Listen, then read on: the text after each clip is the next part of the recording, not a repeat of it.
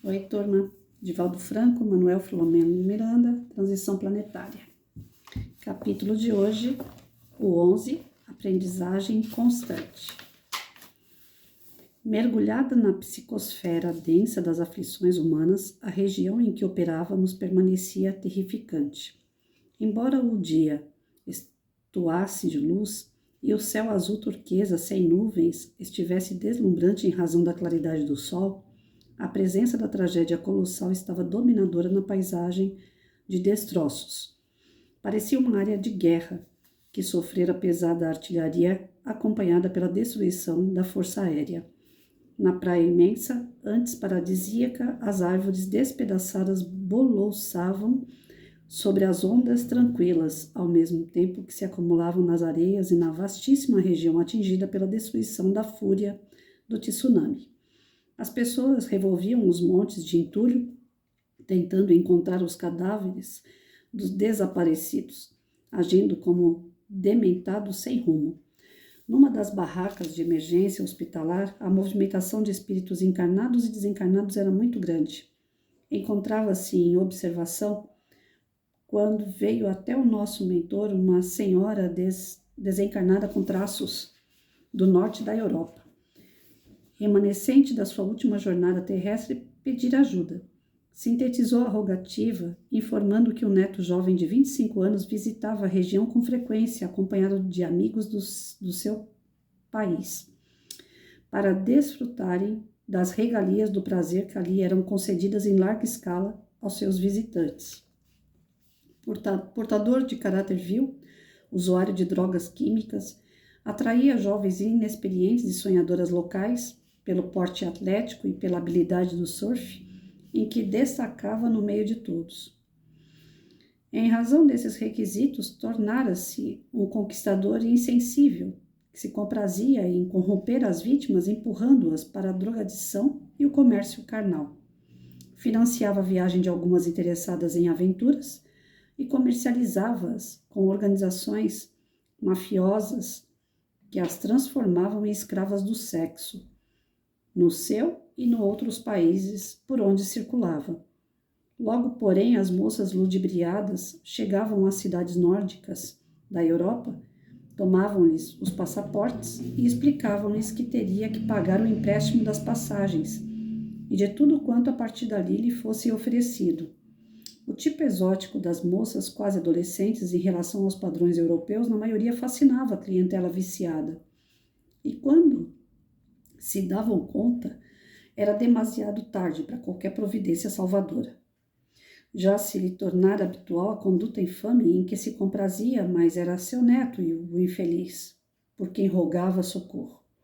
A avózinha, pois era o espírito que pedia ajuda, tentara inspirá-lo à mudança de comportamento, mantivera reiterados encontros na esfera dos sonhos, não logrando qualquer resultado saudável. Comovendo-se, silenciou ante o benfeitor atento e completou: estou informada por espíritos generosos do labor que o nobre amigo vem realizando com a sua equipe e, embora se trate de um caso especial, suplico a ajuda possível. Ele encontrava-se no Hotel X, à hora do sismo, e foi arrebatado pela onda gigante que o carregou com o edifício em desmoronamento. Ficara quase soterrado no entulho e só agora, vários dias após, foi encontrado ainda com vida e conduzido à emergência naquele improvisado hospital erguido por estrangeiros. Dr. Charles convocou-nos, a nós, a mim e ao Oscar, para que acompanhássemos enquanto os demais prosseguiriam no afã estabelecido. Quando chegamos ao centro cirúrgico, observamos muitos atendidos no estado grave. Colocado no aparelho para os estudos computadorizados, os médicos concluíram pela delicadeza do seu quadro. Encontrava-se em coma, com uma vasta área cerebral comprometida pelos traumas cranianos sofridos pelos golpes do desmoronamento da construção e pelo choque do paredão de água. Dr. Charles observou e explicou à anciã: nosso jovem encontra-se muito gravemente afetado, sem a menor possibilidade de recuperação. Nos largos dias em que esteve sem assistência de qualquer natureza, comprometeram-lhe outros órgãos e a bomba cardíaca destrambelhou-se sob o esforço exaustivo, tendo ocorrido nesse período 2 paradas que mais comprometeram o cérebro em razão da anóxia decorrente. O mais grave, acentuou, é a sua condição espiritual. Vimos o espírito ainda preso ao corpo, debatendo-se nas mãos fortes de 2 adversários cruéis, que o siliciavam com vergastadas, ao mesmo tempo que o ódio que exteriorizavam era absorvido pelo organismo da vítima, especialmente por intermédio do chakra cerebral, solar e cardíaco, afetando-lhe o debilitado coração. Um deles, cujo semblante era uma caraça demoníaca, ameaçava: morrerás, infame. Nós te queremos aqui, quanto antes, para punir-te pelo mal que fizeste às nossas filhas. Como podes destruí-las no comércio da carne, utilizando-te da sua ignorância para que fruas prazeres insaciáveis na tua doença moral? Nunca te perdoaremos por invadires nossos lares e desgraçares aquelas a quem amamos. Se houver justiça divina, nós seremos os seus intermediários e a aplicaremos conforme fazes com as suas vítimas. Estrondosas gargalhadas de loucura faziam-se acompanhar a cada acusação. O outro estertorava à medida que também o acusava.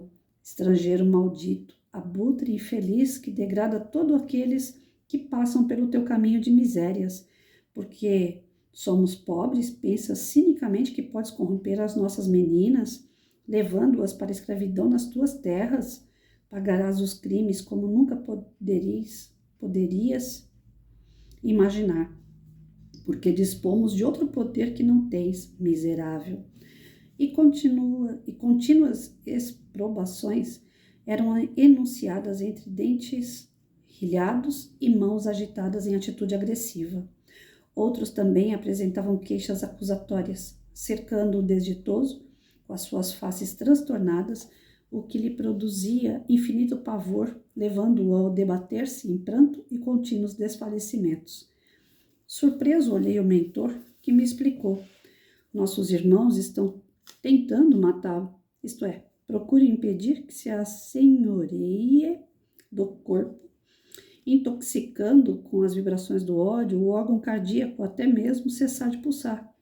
No seu estado atual de fraqueza, não suportará por mais tempo a ingestão dos fluidos venenosos eliminados pelos adversários e que vem absorvendo, piorando o estado ao somar-se aos demais fatores de desequilíbrio. Depois de ligeira reflexão silenciosa, acentuou: ele necessita, porém, de sobreviver. Não deu mais explicações, exceto informando: sem que recupere a lucidez, terá uma longa existência vegetativa de reparação. Ato contínuo, acercou-se dos litigantes, condensando o perispírito até permitir-se ser percebido pelos algozes, e pôs serenamente a dialogar com os mesmos. Reconheço, afirmou com tonalidade bondosa na voz, a justeza das vossas argumentações em referência ao paciente. No entanto, a aplicação da justiça compete a Deus, que conhece em profundidade cada um de nós. Jamais saberemos como corrigir alguém quando dominados pelo ódio e desejosos de vingança. Nosso jovem é leviano, vem cometendo crimes hediondos, sem dúvida. Arrebatá-lo pela morte não será igualmente um crime perverso e sem justificativa, porque o mal, de maneira alguma, se insere no contexto da vida? Considerando-se, portanto, a circunstância à vossa disposição de discipliná-lo, de retê-lo no além-túmulo, a fim de apressardes a sua punição violenta às leis soberanas, porque ninguém tem o direito de tomar nas mãos a clava da justiça. Furibundos, ambos reagiram enquanto outros, agitados, entregavam-se à gritaria tentando gerar perturbação. Não necessitamos de juiz estrangeiro, revidou um deles. Conhecemos as nossas leis e por elas, pelo Alcorão, assim como através da Sharia, sabemos como conduzir-nos aplicando as chibatadas correspondentes ao crime. E são vários os crimes de desonra e degradação de vidas por ele cometidos. Portanto, na terra, punidos com a pena de morte, o que estendemos até aqui? Agradecemos a interferência de cristãos em nossas decisões, permitindo-nos continuar com os nossos propósitos, porquanto estamos dentro da lei.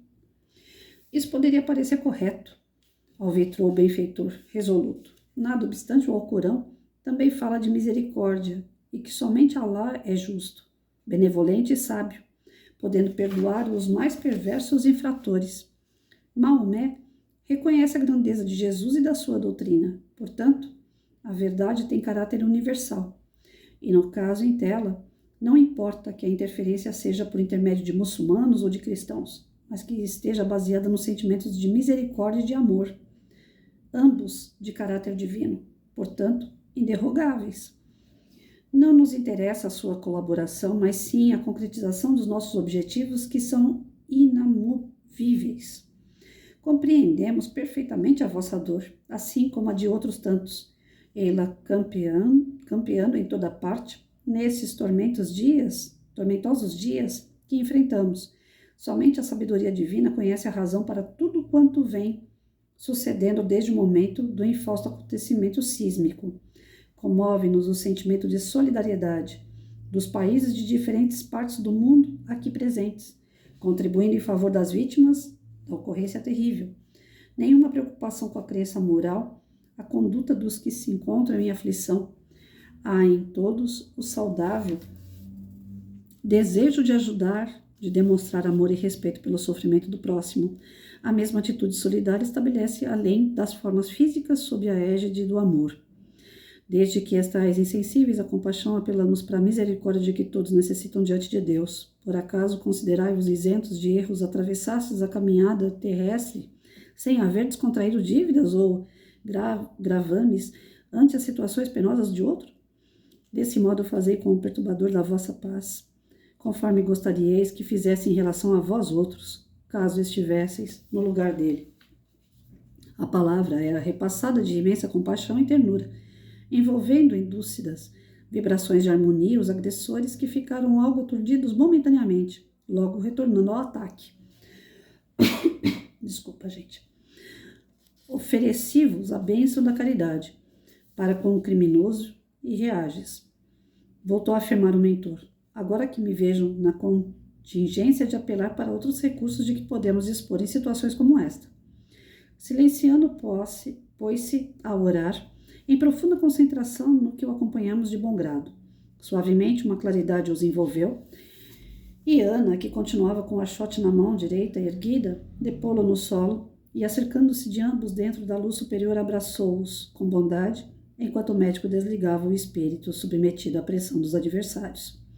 Subitamente os dois adversários foram dominados por estranho torpor e amparados pela enfermeira espiritual. Foram colocados no solo, a fim de serem transferidos por generosos auxiliares convocados mentalmente pelo Dr. Charles, que então aplicou energias saudáveis no enfermo em estado comatoso.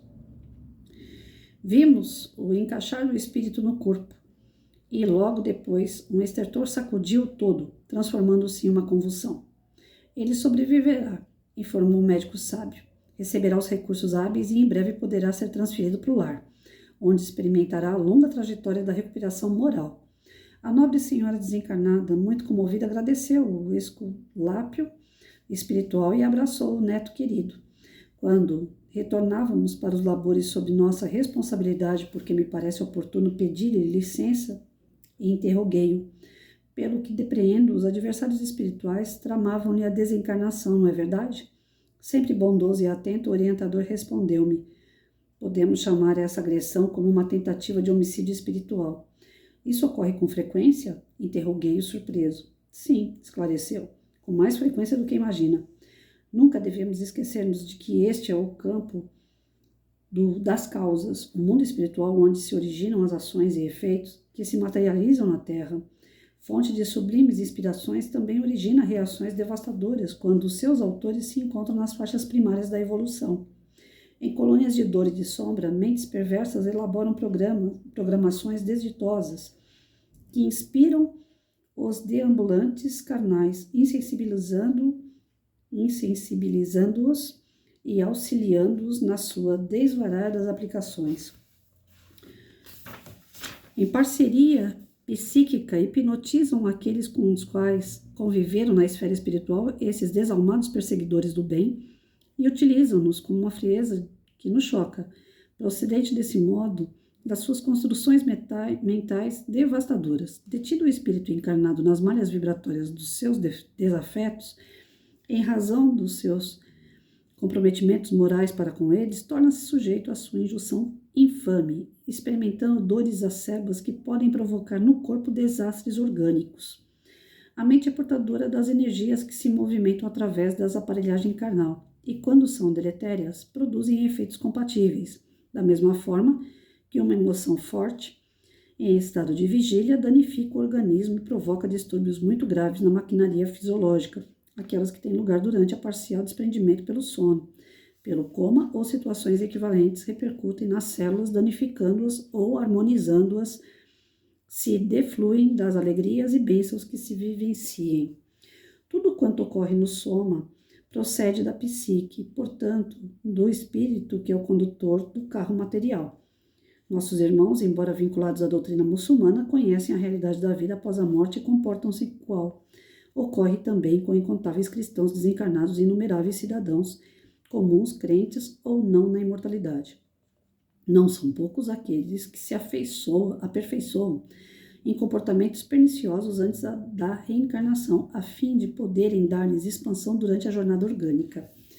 A realidade é a mesma, variando as formas de exteriorização, assim facultando que todos estejamos envolvidos pelas suas poderosas manifestações. Mais uma razão para que sejam divulgados os conteúdos imortalistas a todas as criaturas, para melhor poderem conduzir-se enquanto vige o período da reencarnação. O conhecimento da verdade é libertador, porquanto se esculpe no pensamento e nas ações, orientando o ser no seu desenvolvimento iluminativo. Nesse íntere, chegamos à nossa área de atividades habituais e prosseguimos no atendimento aos irmãos desesperados, que a morte surpreendera sem aviso prévio e que, mergulhados no fascínio do corpo, nunca se deram permissão para reflexionar em torno da inevitável presença da morte. Bom, em resumo, pelo que eu consegui entender, a grosso modo, né? Mais um caso de resgate, onde o rapazinho aqui a ser resgatado estava sendo perturbado por equipes aí que eram contra ele devido às suas ações, às suas atitudes erradas. Ele explorava meninas, ele era um rapaz muito bonito, encarnado, surfista, ia lá para surfar nas ondas do local onde teve o tsunami. E nisso ele encantava as meninas, acabava exportando essas meninas para o país dele, onde tomava lá os passaportes, né? Como a gente já sabe que esses casos, infelizmente, são corriqueiros, as meninas ficam todas encantadas com o príncipe lindo, maravilhoso, e acabam fazendo tudo o que eles pedem. Acreditam que vão ser modelos, que vão fazer sucesso, né? Se iludem com essas coisas. Todo mundo está cansado de saber que essas coisas não existem. É ilusão. E ainda assim, mesmo nos dias de hoje, ainda tem quem acredite e cai nessa. Então, eu vejo assim, é culpa da pessoa que aliciou essas meninas, o rapaz aqui, eu, Patrícia, né? De novo, não vou falar que é o espiritismo. Eu tô tentando entender como a Patrícia. O cara tá errado, muito, né? Ele vai lá, ilude as meninas, vai lá e dá o passaporte, dá condições delas irem para outro local, chega lá, toma o passaporte, elas ficam endividadas, não conseguem voltar, são escravizadas, precisam vender seus corpos, né, para poder se sustentar, e é uma dívida eterna. Mas vem cá, ele sendo errado, elas não têm erro nenhum quanto a isso? Elas foram só apenas ingênuas? Então, a gente tem que ver todos os lados da moeda, né? Aqui é o caso do socorro deste rapaz. Mas se for ver essas meninas no socorro, no plano espiritual, não ia ser muito diferente. Elas têm tanta culpa no que aconteceu quanto eles. Porque a gente tem o livre-arbítrio. E se a gente tem o livre-arbítrio, é para a gente poder escolher.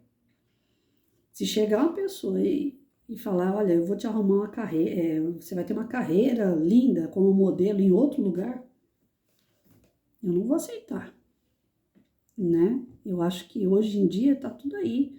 Quem assiste TV aberta, quem olha pelo YouTube as manchetes, quem acompanha no dia a dia as conversas, o mundo tá perigoso. Não é assim, confia numa pessoa e já sai pelo mundão afora, né? E elas se envolveram com ele primeiro no sexo. Tá aí, sexo, droga. Então, aqueles que estavam ali perturbando esse rapaz, apontando para o rapaz que ele era o único culpado de tudo aquilo, eu discordo, né? Já no, se fosse para mim fazer uma assistência espiritual aí, eu não sei se eu ia começar direito, mas eu já ia iniciar a conversa com eles do tipo, elas aceitaram, né? O rapaz está todo errado, com certeza, mas elas aceitaram esse erro também. Então a família estava ali tentando fazer justiça das pobres e inocentes meninas. Será que eram tão inocentes assim? Bom, quem sou eu para julgar? Mas eu vejo pelas escolas. A prática que eu tenho é dentro de escola. O garoto chega, fala 2 palavras no ouvido da menina e ela cai.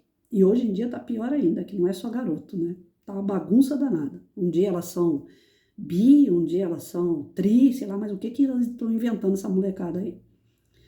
Então, o cara tem problema, lógico, muita coisa para sanar. Mas quem estava indo atrás dele lá para poder se vingar por causa das meninas, tá tão errado quanto o rapaz.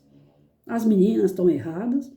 E a única coisa que eu vejo nesse capítulo, que serve para nós, né, como foi falado no final do texto aqui, enquanto as pessoas não tiverem a noção do que se passa no lado espiritual, vão continuar fazendo abobrinha, vão continuar cometendo erros gravíssimos, porque acha que ninguém está vendo. E está todo mundo vendo o que você está fazendo. Está todo mundo vendo, sentindo, escutando o que você faz, né? Vou esconder o celular, né? No dia de hoje tem muito disso, os casais, os filhos, um tal de 2 chip, 2 celular, omissão de números, 2 WhatsApp, um fica escondido. A mãe, a companheira, o companheiro não tá vendo. Você vai conseguir driblar, porque o físico você consegue esconder. Mas isso aqui, ó, tá mais do que claro, tudo que você fala, que você faz, que você sente, que você pensa, a espiritualidade está te acompanhando. Então eu acho que o mais importante para nós, além de saber que todos erraram aqui no contexto, os únicos que não erraram foram o socorro. A equipe espiritual estava lá para socorrer, independente se o cara era bom, se ele era ruim. Foi pedido uma ajuda e eles foram ajudar, com toda a benevolência, a misericórdia provida de Deus. Mas o ensino maior que a gente pega aqui é o quê? Não adianta querer fazer as coisas erradas, porque está tudo escancarado para a espiritualidade. E aí, às vezes, você pega uns obsessores desses que tem um pouco menos de conhecimento e fica do teu lado ali te perturbando, você não consegue nem progredir. Aí fica naquela, Deus não gosta de mim. A igreja que eu vou não presta, o centro espírita que eu vou não presta, é fraco. Você está causando tudo isso.